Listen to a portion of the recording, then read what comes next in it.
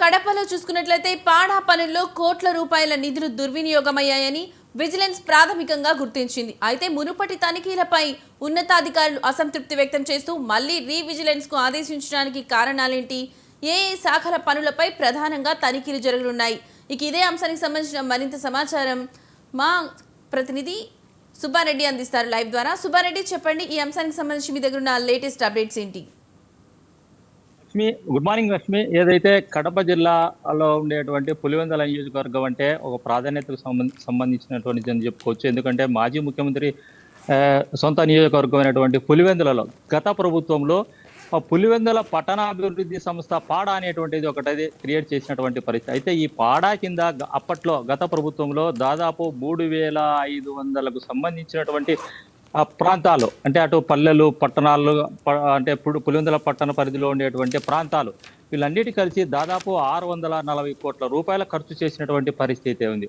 అయితే ఇది 32 శాఖలలో ఈ ఖర్చు అనేటువంటిది చేయడం జరిగింది. అయితే ఈ 32 శాఖలకు సంబంధించి, అంటే 32 శాఖలకు సంబంధించినటువంటి ఏదైతే ఖర్చు చేసినటువంటి 640 కోట్లకు సంబంధించి అప్పట్లో గత ప్రభుత్వంలో ఖర్చు చేసినటువంటి నేపథ్యంలో ఉమ్మడి అంటే కూటమి ప్రభుత్వం వచ్చిన తర్వాత ఈ పాడాకు సంబంధించినటువంటి ఖర్చు చేసినటువంటి నిధులు ఏవైతే ఉన్నాయో అవన్నీ కూడా అనవసరంగా ఖర్చు పెట్టారనేటువంటిది, దుబారా చేసినారనేటువంటిది, గత ప్రభుత్వంలో చేసినటువంటి ఖర్చు అంతా కూడా నిరుపయోగంగా ఉంది అనేటువంటిది కావచ్చు, లేకపోతే గతంలో వేసిన రోడ్లే కావచ్చు, వేసిన నిర్మాణాలు కావచ్చు, వాటికి అంతా బిల్లులు చేసుకున్న అనేటువంటి ఆరోపణలు అయితే వచ్చినటువంటి పరిస్థితి. అయితే గత ప్రభుత్వంలో చేసినటువంటి పనులన్నిటికి సంబంధించి 640 కోట్లకు సంబంధించినటువంటి పనులకు సంబంధించి కూటమి ప్రభుత్వం వచ్చిన తర్వాత ఫిర్యాదులు వచ్చినటువంటి నేపథ్యంలో కూటమి ప్రభుత్వం వాటన్నిటిపైన దృష్టి పెట్టి, అయితే సీసీ రోడ్లు కావచ్చు, అలాగే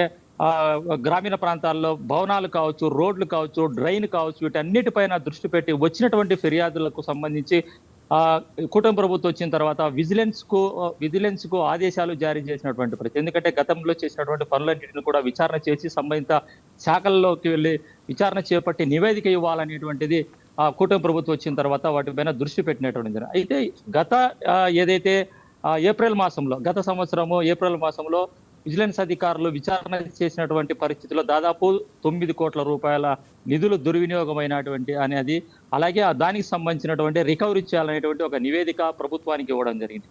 మరి ఆ ప్రభుత్వానికి ఇచ్చినటువంటి ఆ నివేదికకు, అంటే అప్పటికే చేసినటువంటి పనుల విచారణలో మరి దీనికి సంబంధించి ప్రస్తుత కూటమి ప్రభుత్వం సంతృప్తి చెందక మరోమారు, అంటే విజిలెన్స్ చేసినటువంటి విచారణలో వాస్తవాలు ఇంకా వెలుగులోకి రావడం లేదనేది, వాస్తవాల్లో చాలా లోతుగా డెప్త్గా క్షేత్రస్థాయిలో క్షుణ్ణంగా పరిశీలించలేదనేటువంటిది, విజిలెన్స్ అధికారులు నామమాత్రపు తనిఖీలు చేసి నివేదిక ఇచ్చారనేటువంటి ఆరోపణలు వచ్చినటువంటి నేపథ్యంలో మరోమారు వాటన్నిటిపైన గత ప్రభుత్వంలో చేసినటువంటి వాటన్నిటిపైన మరోమారు విచారణ చేసి నివేదిక ఇవ్వాలని ఇటీవల మరోసారి ఆదేశాలు జారీ చేయడం జరిగింది.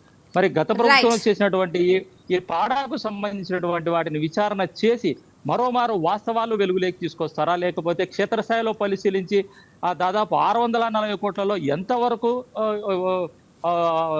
నిధులు దుర్వినియోగమైనటువంటి, పాడాకు చేసినటువంటి ఖర్చులలో లోపాలు ఎక్కడున్నాయటువంటివి, నిర్మాణం చేపినటువంటి భవనాలు కావచ్చు, ఎక్కడెక్కడ 32 శాఖలకు సంబంధించిన వాటిలో ఎక్కడెక్కడ ఖర్చు పెట్టారు ఏంటి అనేటువంటిది మరోమారు నివేదిక ఇవ్వాలనేటువంటి నేపథ్యంలో ప్రస్తుత విచారణ అనేటువంటిది కొనసాగుతోంది. మరి ఈ విచారణలో విజిలెన్స్ అధికారులు వాస్తవాలను వెలుగులోకి తీసుకొచ్చి పూర్తి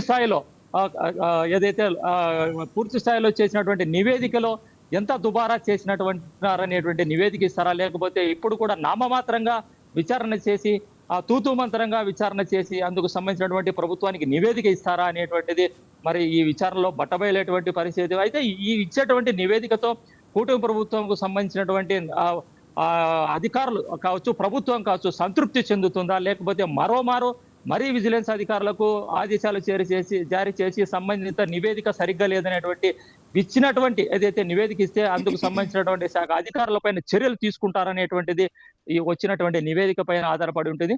అయితే ఏది ఏమైనా కూడా పాడాలో జరిగినటువంటి నిధుల దుర్వినియోగంపై ఖర్చు చేసినటువంటి అమౌంట్ సొమ్ము ఏదైతే ఉందో అందులో దుర్వినియోగమైనటువంటి దాన్ని రికవరీ చేస్తారనేటువంటిది సంబంధిత అధికారులు ఇచ్చేటువంటి నివేదిక పైన ఆధారపడి ఉంటుంది. Lakshmi. Right Subbareddy, thank you for the updates.